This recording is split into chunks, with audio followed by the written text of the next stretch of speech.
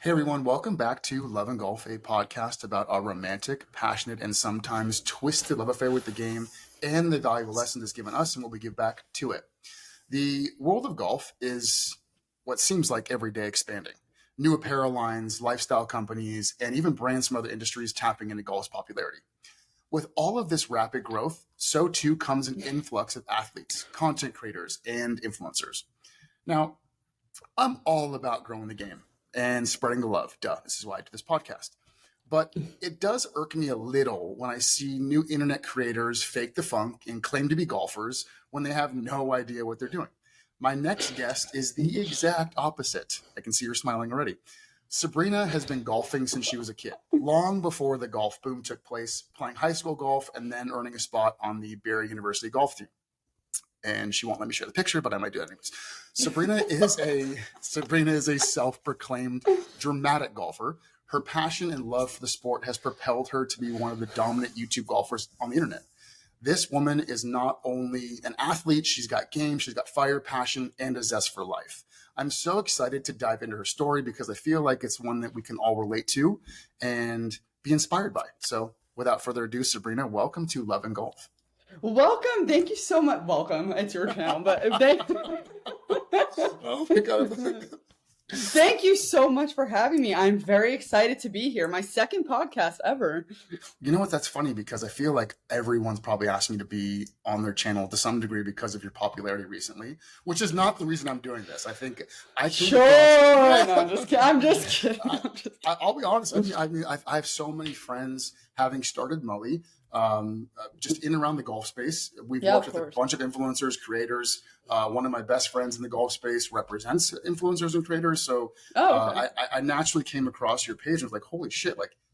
And like I said in the intro, there's a lot of people faking the golf thing now. Yeah. I think and when you come across someone that's as passionate and athletic as you are, but also has the look of a creator. And I don't mean to be disrespectful to everybody. Like there's a look, right? There's a look. I mean, Yeah. I don't think people are becoming internet famous just for no reason. No offense to anyone. I probably should No, edit that yeah. out. No, But I mean, fuck it it. definitely helps. Yeah. Yeah. Not naive to it. Not naive to. Thank you. Obviously, it helps for sure. So I want to, before we get into the magic of what golf is and everything, you and I have talked offline and I got to know you a little bit more and your story, which you have been a golf nerd from jump, but as you say, you never really were like golf has helped you become who you are. Like people, when they look at Sabrina now would be like, to look at her, 5-6 years ago, be like, what the fuck? Like, holy shit. Yeah. It's Yeah. different. It was different you.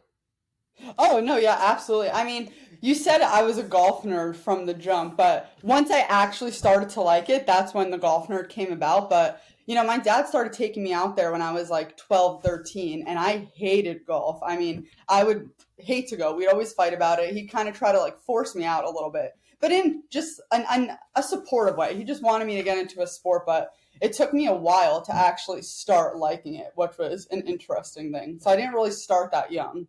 So let's get into that. Why did you start liking it? I mean, like, what was it Yeah, about it? so it wasn't until probably age 16 that I started to like golf. So I started high school, and at that time didn't even want to do golf, but my dad wanted me to play in the high school team.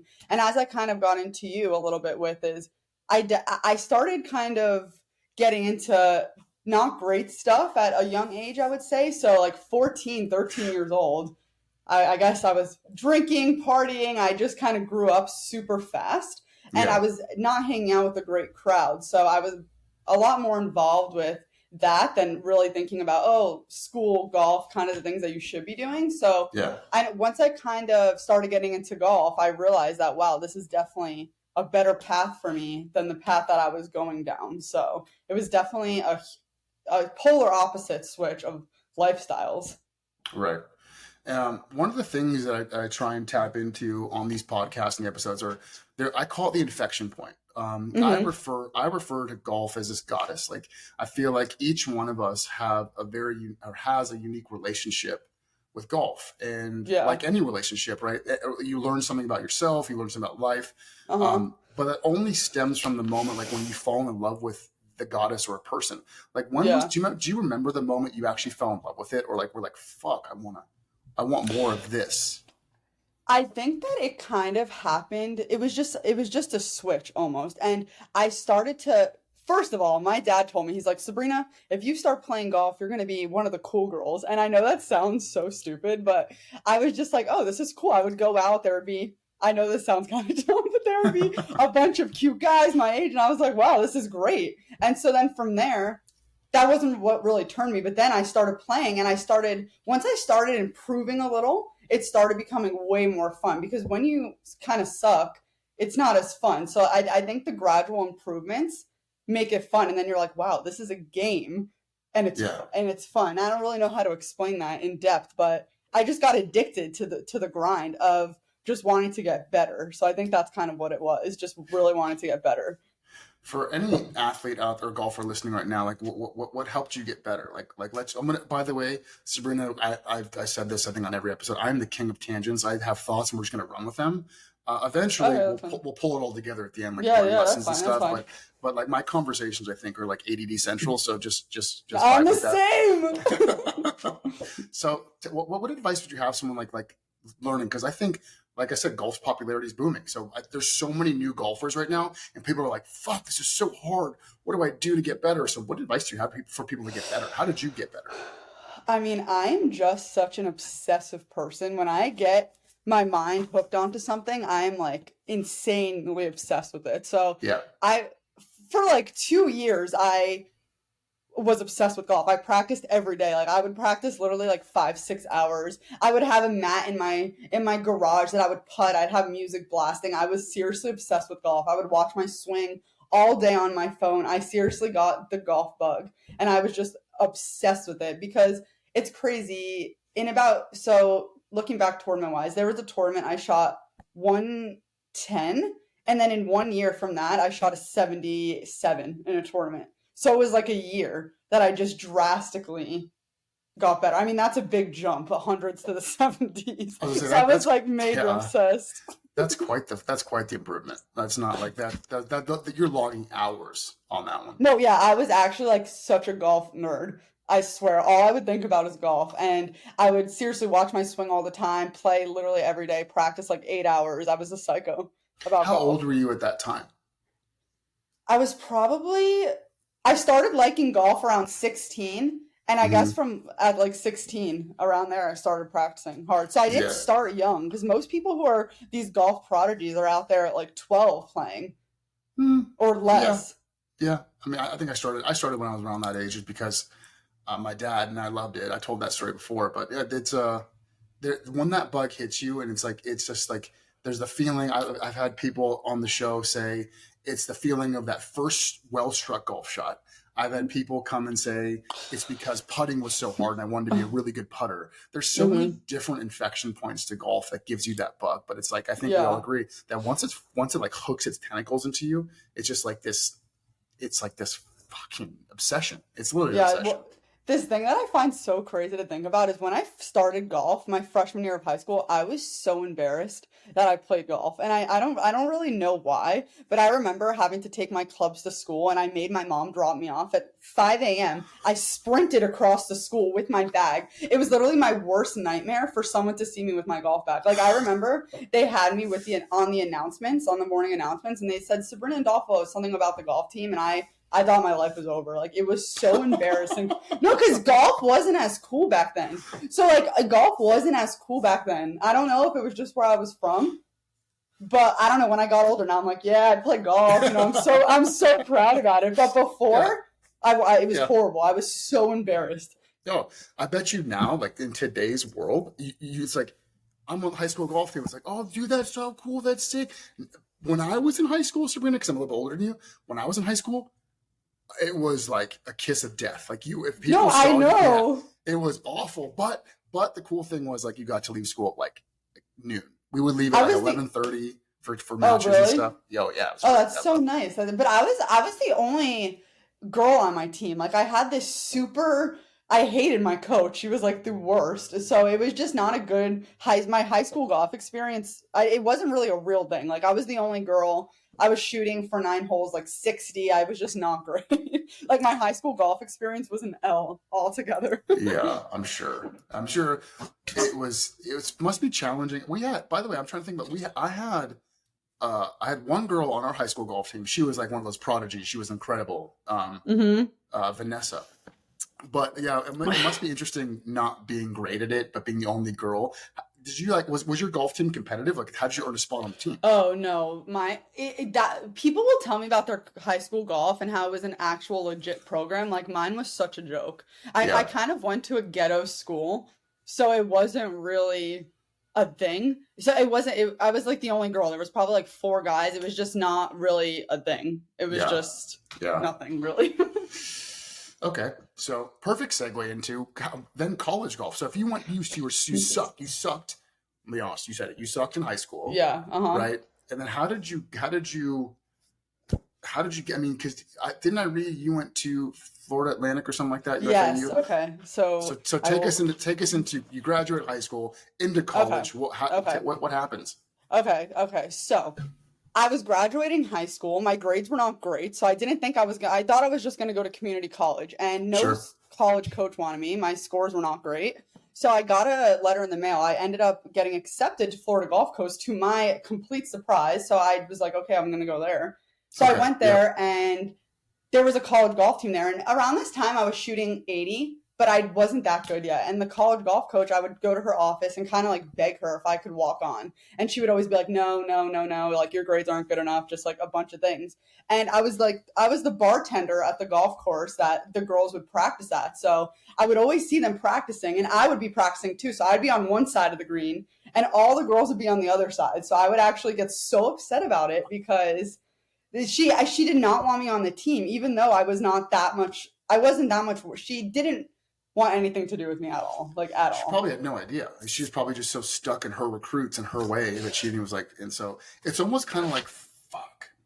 It's kind of like, I don't know if you've seen like Major League, like Major League, the movie, the baseball movie. Have you ever seen that? No, but I know Oh my movies God. like So that. it's with Wesley Snipes, and like basically he wasn't recruited to the team, but he woke up and like all of a sudden ran a sprint. He's like, oh my God, like this fucking guy's good. He's fast. So Yeah. it's kind of like they didn't want you. So did you end up earning a spot on the team?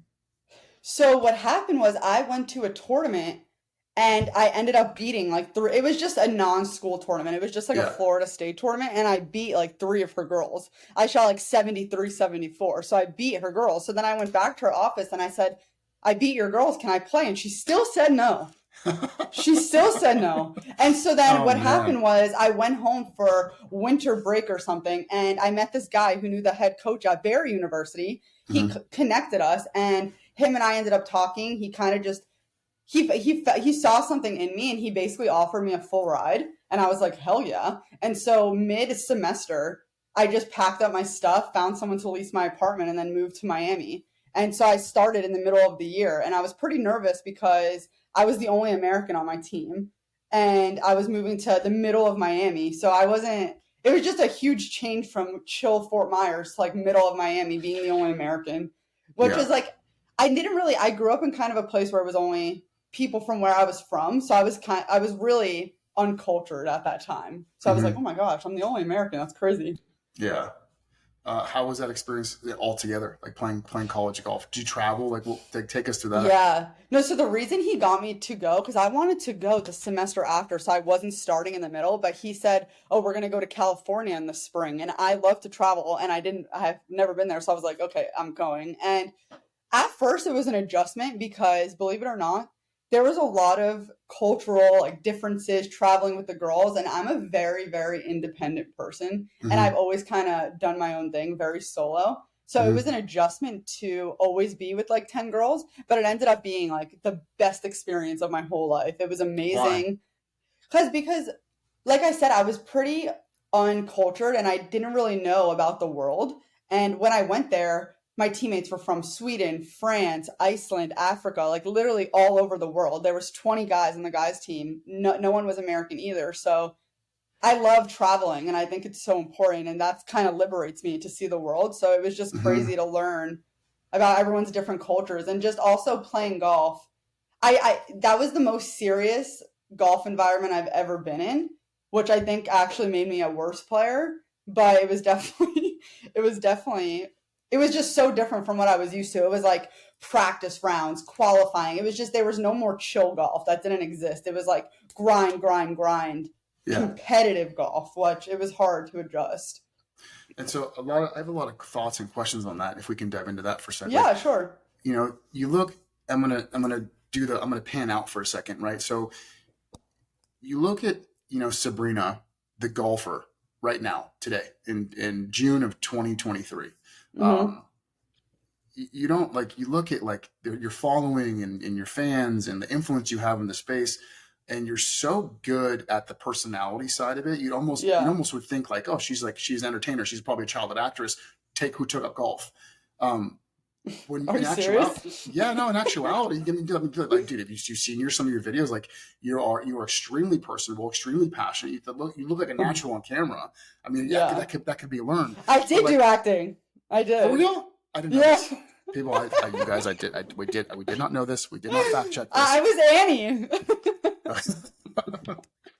But my point is like, did you ever think about? Did you not like the competitive nature of college looking back? Like, did you not even think about competing at all professionally? Or like, because I know this just happened, right? You just graduated Yeah. last year, right? Is that right? Yeah. I mean, it's kind of, I just never, I wasn't able to hone in on my competitive side because I'm super competitive, but I was just so mental out on the golf course. And it was actually quite sad because, before going to Barry, I loved golf so much, but then getting into that super competitiveness, it was such a mental grind. And, I would play so well when there was kind of no pressure. But then when you put me in qualifying or you had people watching me or all this other stuff, I choked like every time. So it was just one of those things that's Mm-hmm. it's pretty sad, like almost because I it's such a mental sport. And I feel that I like you can see in my videos now, it's like I get pissed. I actually get so genuinely mad. No, really? No, it's very I'm very emotional. I'm a really emotional person in general. And so I feel for golf to really be successful, you have to just be super in the moment, present, patient, which are all attributes that I'm not. So it was really hard for me to compete in a competitive, like I never really knew how to dive into that competitiveness and not play bad. Like every time I would get so competitive, I would just start choking. Hey, it's Yeah. pretty bad. Somewhere John Rahm is listening to this episode and be like, "Fuck, me too," but yet he's the top golfer in the world. So there is Because there's a gear. Yeah, you have to. There's a mental gear. yeah. Well, this is the thing that I've realized. I actually am pretty intrigued by the whole sports psychology side of sports because it's the main thing. There's so many good golf guys out there, but the only thing that differentiates the people who make it and the people who don't is mental by far. And I've met so many guys who are good golfers, but only one or two of them have that like it factor. Like you need to be a just solid out there mentally. Like even John Rahm, like I know that he gets mad and stuff, but he's solid up there. Like he knows what's going on, you know? I had the pleasure, the absolute pleasure of playing in a pro-am. This was probably like a month or two ago, and I got to play with Dustin Johnson. And I'm like, this is my opinion, guys. Like they were like, he was just so, I want to say like the word nonchalant. I know people like to call him kind of airheady and stuff, but like it's not. That's really not. He's actually kind of sharp. He just has a way about him No, that that's what is it just. is. It's just like, hey guys, like doesn't matter. Like, and then it's just that nonchalant mindset. Because yeah, I think that's almost like a superpower for him. You know what I mean? Well, it's just the confidence in yourself. And I feel that I'm a pretty confident person when it comes to more kind of business stuff or what I'm doing now. But on the golf course, I would be playing great and then people would come out and watch me and I would just, I think it was just, I was trying to kind of prove myself because I think I started late and I was so bad for such a long time. And I would go to these tournaments and play so bad. So I feel that I always kind of wanted to prove myself to people that I was a good golfer. So then when the people would come around, I would just be like, you don't want to embarrass yourself. Like you want to Yeah. play good. Yeah. And so it was just kind of, I am a perfectionist for sure. And golf, you just can't be perfect. And so even in my videos, like even if I hit a shot that ends up in the fairway, if it didn't feel perfect, I'm like, that sucked. I don't know. Yeah. It just and it's such a habitual reaction that it's not an act. Like I literally just get annoyed if it's not Mm-hmm. perfect, you Mm-hmm. know? Mm-hmm. So next, I guess the next evolution of this, before we get into the deep, like what does golf mean to you? I still want to set up a table for people. You know, you are an incredibly popular golf figure at the moment. How did that happen? It was so random. I mean, I posted a video on TikTok at Top Golf, which which about a year ago. If you posted a Top Golf video as a girl, it was getting a lot of views. That was kind of the thing. So I posted that. It kind of blew up on TikTok, and then I just kind of started posting more because I was like, oh, this is funny. So I Yeah. just started posting more on TikTok, and after a little time went on, we kind of talked about this a little bit. I don't really resonate with the whole sexy golf swing thing. Like I'm more of a personality. So after a bit, I started to get more creative, do more voiceover stuff, like being like my humor. And then I started posting on Instagram, which was really hard for me because I knew way more people on Instagram, and the fear of judgment was really in there. And then I said, F it, started posting. Some of my stuff blew up. And then, yeah, so my Instagram blew up, TikTok was blown up. And then after I kind of had an established people, I started my YouTube. And that's definitely the bread and butter of what I do for sure. I love long form.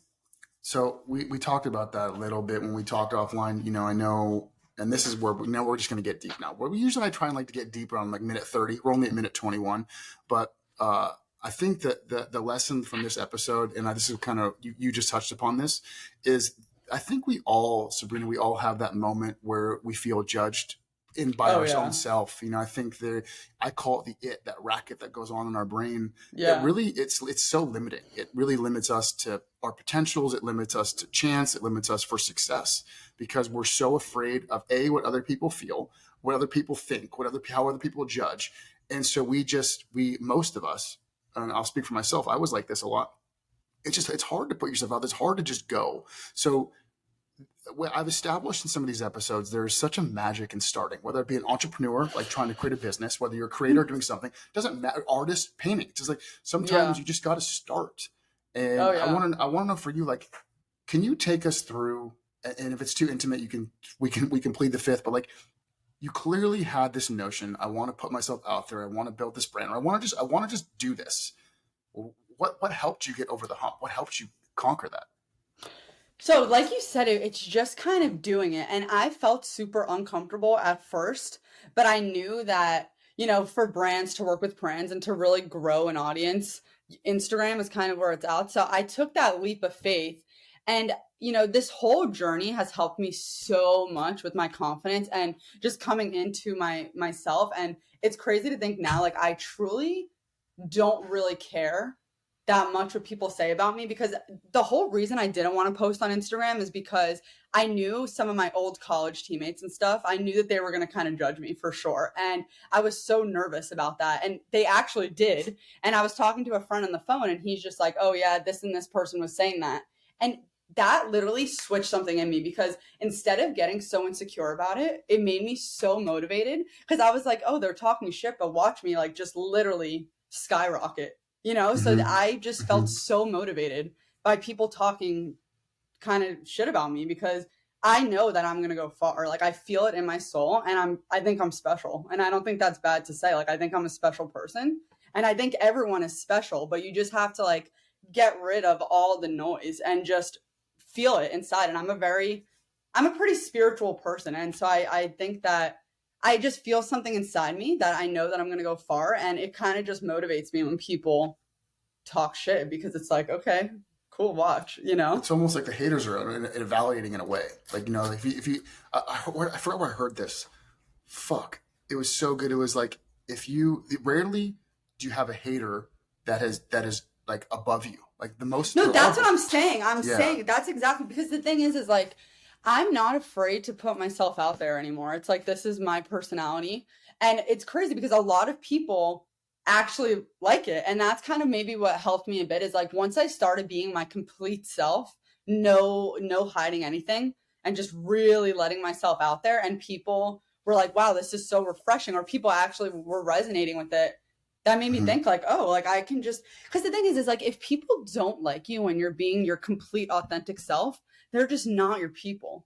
And Right. it's just not gonna, that's not, those aren't the people who should be in your circle. Like I know not everyone's gonna like me. Like there's no way, Right. like some people are gonna be like, she's so annoying. And it's just like, To this day, like right now, like would you still get a lot of heat on your channels? Like do you still get a lot of negative comments? no, I don't get, I honestly don't really get a lot of negative comments. I think it was just more people I knew. I don't really care about people who I don't know if they judge me, but it was more of like my people around me, like past friends kind of just be judging me. That's Hmm. what kind of got to me more. It wasn't as much the random people because it's like they don't even know me. It's more of the Yeah. people like almost friends. So that's, I've definitely lost a lot of, not lost, but I definitely realized who are my supportive friends and who are Hmm. not, just on this journey, I would say.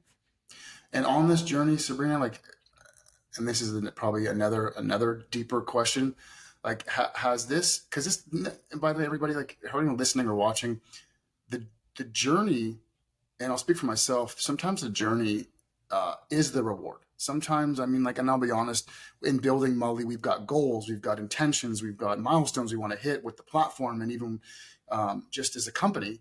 But sometimes my business partner Steve and I have to just sit down and be like, dude, like, look at how far we've come. This, like, Yeah, for sure, for the sure. journey itself is a Yeah, lot of the treasure, a lot of it. yeah. So Oh, for sure. when you look at this and everything, like, can you share some hardships you've had? Like, how is golf and this community and the people and the journey, like, how is it? What does it mean to you? And like, and how like, just that's it. Like, what's it Yeah. mean?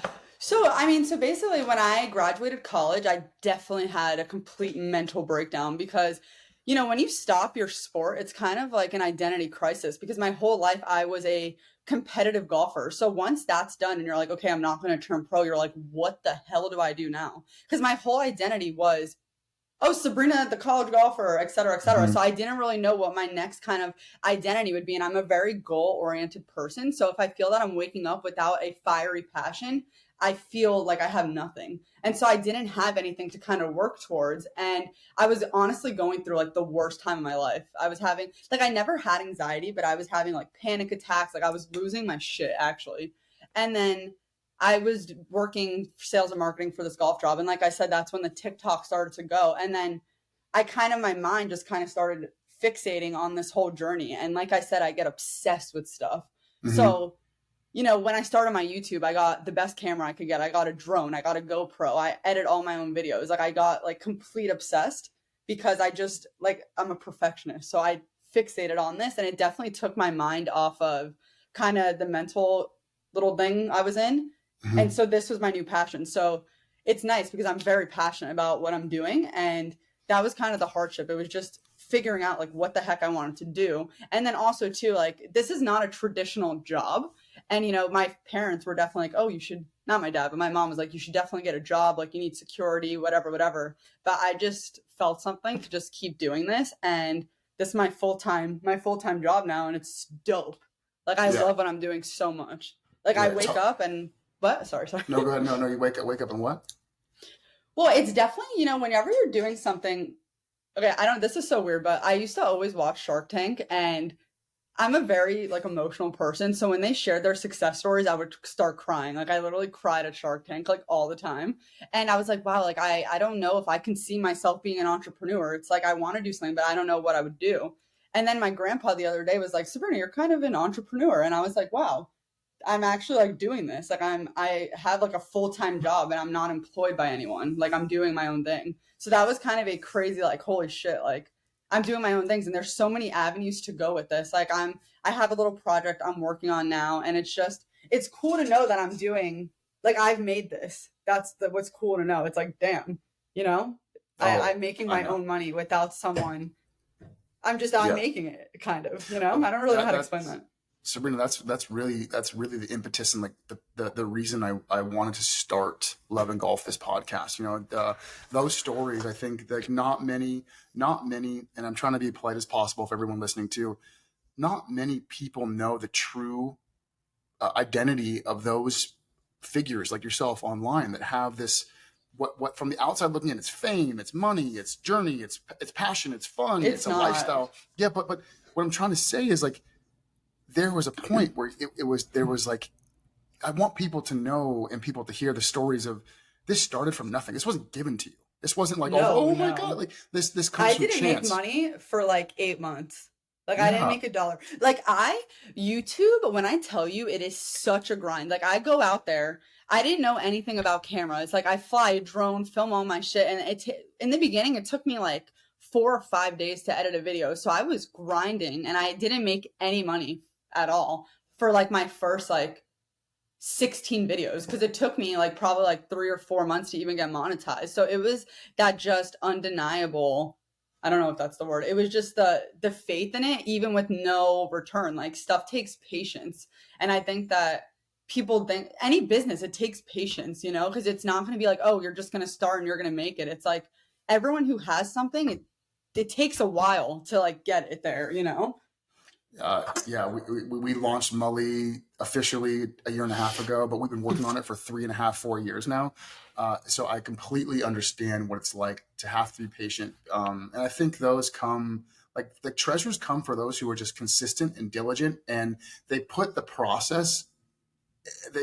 Process is more important than results. Oh, And for those sure. and those who fall in love with the process, what is it saying? Those who love walking can walk miles. Those who look at the mileage, like, oh, I've got to walk that far. So it's like Yeah. it's a very different mentality when you're in our space. And I think being an entrepreneur, I'm using air quotes if you can't see this.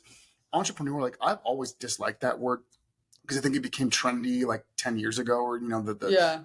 the whatever. But I've always preferred the term creator, because when you have an idea, whether it's to be the star of your own YouTube channel or to build a business, you're still having an idea and you're taking the idea and bringing it to fruition. You're making it a reality. And I think Yeah. that creating is a very powerful tool. And I think when you look at what you've done to have the courage to put yourself out there, right?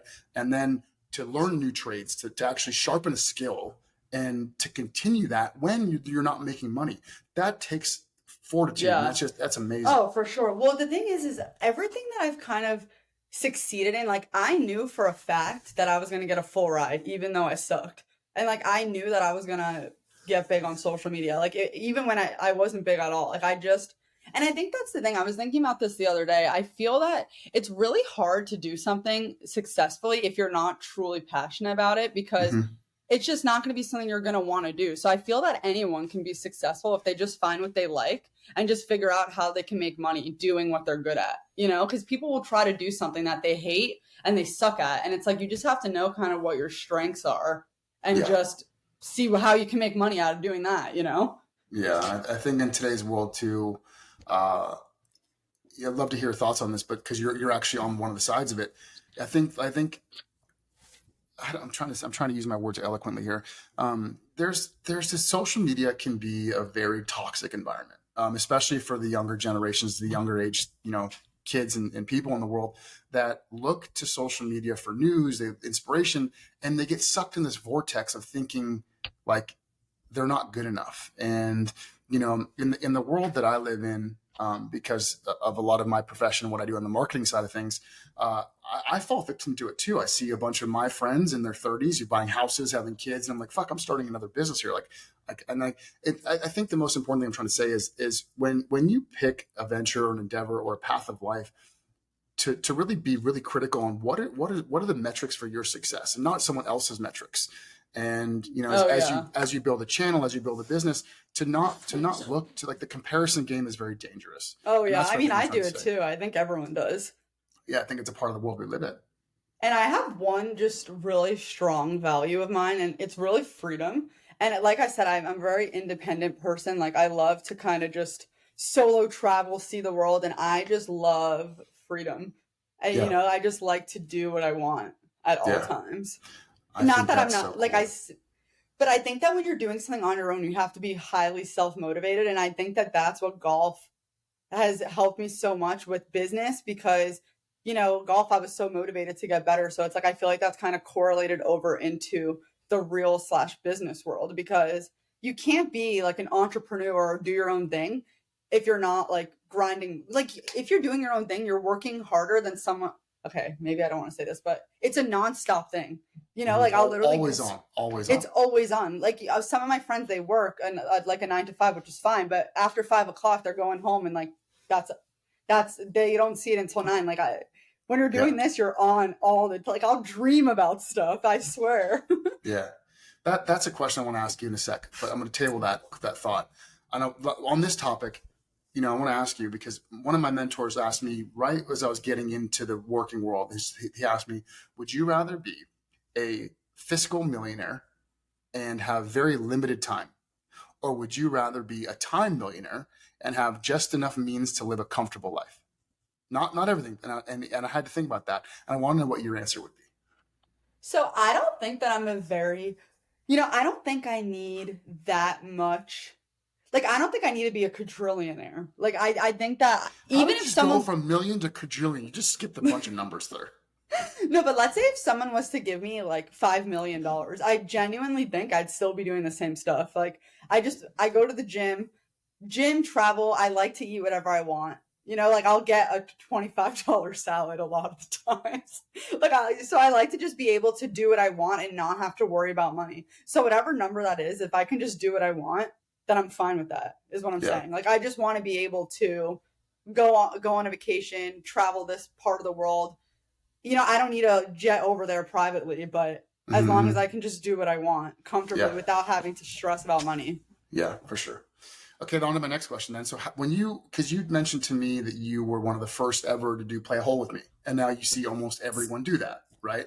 So Yeah. where did that idea come from? And then like what you mentioned you have ideas in your sleep. What for your brand and for your channel? Like what other things are you going to get into?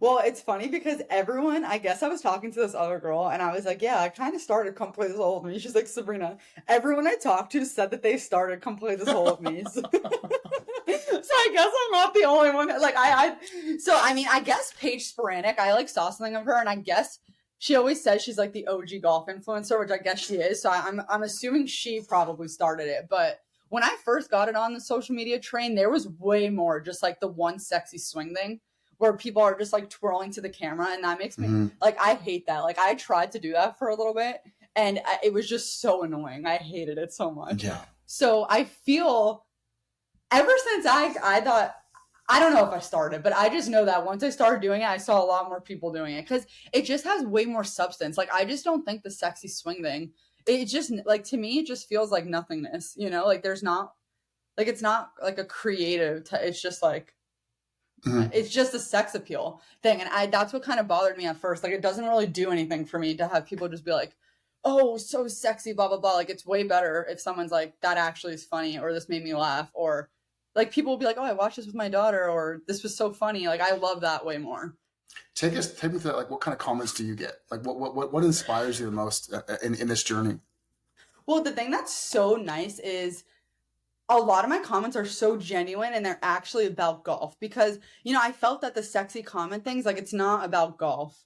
It's not like no one really gives a shit about like the golf. So Mm-hmm. if you go on my YouTube, almost all the comments genuinely are just like about golf or personality or humor or something. And there's really no comments about like physical stuff. And I feel like as a girl in the influencer space, I think that's really hard because it's very easy to go that route, like the sex Yeah. appeal route. Like that's obviously the easier route. Like that will get you the views and stuff. But I don't think there's longevity in it. And I don't really think it's a brand. But at the same time, it's like if you don't care, you can make a lot of money with it. Like if you want to do the whole OnlyFans thing, like I don't think that's a great for society. I don't really agree with it. But if that's what you want to do. There's an ethical and moral side to you and what you're building, what you're doing to your brand. Yeah, I mean, I don't want to come on here and just like talk shit about other people's No, I get career it. I paths, understand. etc. But I just, for me, it doesn't fulfill me. Like it doesn't make me feel good. Like I just don't want to just it always be about my body or looks. It doesn't really, it kind of grosses me out. Yeah, I understand because I think there's a lot of people. I think I can't objectify men or women. And I'm not going to do that. But I think people are just taking advantage. Like I said in the beginning of the intro, they are taking advantage of golf's popularity and in one way or another exploiting the popularity and maybe their looks or something for it. And I don't think that's a part of the ethos of the community either. So It's not even because it's hard for me because golf is actually, I played competitive golf. It's like it's actually a sport. So it just seems weird that I don't know why. And I'm not going to just be like, oh, obviously, like I wear certain clothes that accentuate my body more. Like I'm not naive to the fact that like I play into it a little, it's just, sure. but I just, wait, I lost my train of thought. I had a point here. Wait, it just disappeared. There's the ADD brain popping up in real time. You guys, so we got to watch that happen. Like, oh, this is what it was. This is what it was. And she's back. No. Welcome back, Sabrina. Hi. Welcome to Love and Golf, a podcast. Hi. No, this is the thing. I just don't understand. Everything is being sexualized. Like it doesn't matter what it is. It's like if it's chess, it's sexy chess. If it's this, it's sexy this. Which I'm not saying like it's fine to be sexy. Like obviously. I'm not like just like super, but it's just weird a little bit to sexualize everything. And then girls get upset that they're being so sexualized, but it's like I feel that we do it to ourselves almost. Yeah. I've asked you a lot of questions. I don't know if that's controversial. No, not at all. I think that's honest. I think it's true. I think it's authentic. It's how I feel. Yeah. But I have friends who go do that route, and like they're still my friends. I don't think they're bad people. I just don't really. I mean, it's just not for me. Yeah. We're about 41 minutes in. I don't want to keep you too much longer, and I want to be able to get to some crux of this whole episode. One thing I want to ask you, and as honest as you want to be, what does golf mean to you now? Looking back and like you said, you've carved this business, this creation out for your life. You've probably have a lot of friends and relationships within the space that have helped you in your life. Like, what does golf mean to you? Golf is, it's funny. I made a post about this yesterday, and I posted from like 5 different countries and all these. Seriously, every single thing I've done in my life since I've started golf has been revolved around golf somehow. Everyone I know, pretty much, it's like it's it's my identity almost. Like golf is pretty much my identity in a way. It's everything I've done. Like all these, I have little pins of countries I've gone to. Like everywhere I've gone has been because of golf. Everything I've done. So. Without it, I mean, I have no idea what I would be doing. It's literally my personality, kind of. Yeah. And on that note, for someone listening right now, no matter who they are, gender, age, if they want to get into this business and to the side that you're doing it, like what advice do you have for someone that may be interested in that? I mean, I just think that you have to do what makes you happy and passionate. So if that's golf or if it's not golf, I mean, it's just kind of there's like a little fire in all of us. And I think that, there's a lot of dead souls out there just not really doing anything that sparks them. So I think that just finding what, like, I don't know, I'm talking about it, but I feel it in my soul. Like, I don't even know how to explain. Like, it's a feeling that you can't even explain. It's like whatever gives you that like feeling. It's very like, oh, I don't know. That's how I feel. But whatever gives you that fiery passion, that's kind of what you got to be doing. So if you're not doing it, because we're all going to die. So we might as well be doing something that, like, what is your life for? Like, what is your purpose, You just literally struck into my stoic soul. You feel it, right? No, last night, I'm not kidding. This week, it's personal tangent here. This week has been, well, it's only Wednesday now. This week has just been like just a lot. And sometimes, like you said, it's hard to turn it off when you're doing your own thing. Yeah. And last night, I was like, I'm gonna watch a movie. I'm gonna make dinner. I'm gonna do solo. I'm a single dude. I'm just gonna be in my space, turn off my phone, get out of the outside world, and just be with Michael. And I did that, and I watched James Bond, No Time to Die, the last one with Daniel Craig. I don't know if you've seen this, but it's fucking awesome. And the end of the movie, his character, his version of Bond dies, or it's implied that he dies. And they honor him at the end of the movie with a toast. And the toast is led by M, the leader of the organization. And it's like his toast, he reads from a book, and it says, he reads, life is meant to be lived, not to exist. And I probably butchered it a little bit, but like I was like literally on the edge of tears, almost crying. Like that's like, but like that's what I'm grateful for, Sabrina, and everyone. Like I think if you were lucky enough in this lifetime to find something that sets your soul on fire, so that is the pursuit of your life. Like you are waking up every day living and not so concerned with the results of how much money or how many friends or how many followers. It's like, I'm just waking up every day grateful to live, whether that's with your family, your kids, whatever your passion is, and not just to wake up every day and exist. And I think you No, just hit it on the exactly, head. yeah. Yeah, and like you said, it is hard because I am kind of a workaholic that I don't ever turn off. And I'm sometimes, I'll be up to like 2 a.m. just doing stuff or whatever. So I think that's what I kind of need to get better at is I Mhm. haven't just chilled and watched a movie without looking at something on my phone or like Yeah, it's editing a hard. It's video. hard. It's so hard for me. It's so hard. So I definitely need to get a little bit better at that because sometimes my brain literally does not turn off Yeah, ever. but don't you feel it's important to turn it off? So it's like a car engine. When it's always running too much, it wears out sometimes. I know mine does. Yeah. I got to turn it off so I can come back and be charged and be ready. Yeah, well, it's like it's bad, and I just if I'm not being productive, I feel like I'm behind almost. Like when I didn't practice one day of golf back in the day, I'd be like, "You're a loser," which is not good. Which is not good. Yeah, It's hard for me to turn it off and just not be. I'm like overly productive all the time unless I feel yeah. that I'm falling behind. So I feel you. I feel you. And for anybody that's going to call me out, in fact, check that my personal Instagram. I just posted it last night, so you can go look at it. It's a great post. I literally recorded it from James Bond, so you can see that. Okay, so we're gonna wrap up soon here, and I want to first thank you for your time. I know right now you're thinking about 20 other videos you want to go shoot with your drone, so I appreciate you no, being I'm here with actually us. chilling right now. I'm gonna. Yeah, I think I'm gonna not force myself, but I think I'm just gonna go play golf today and not yeah. bring a camera and just because I don't. I want to keep How often do you that. do that? Yeah, how No, often it's do you just really play not it? often. It's not often, honestly, and I want to make sure that I still have those rounds and stuff that I don't do anything and I just Yeah, play. yeah, You know. yeah. Um, I want to take a moment to thank our title sponsor, Mully, which is thank you guys. It's my company's too, but it's hey, you know what? Sometimes you got to double dip. But I want to thank Mully, and I want to thank everybody and their support in the ethos of Mully and the ethos of a marketplace for golf stuff.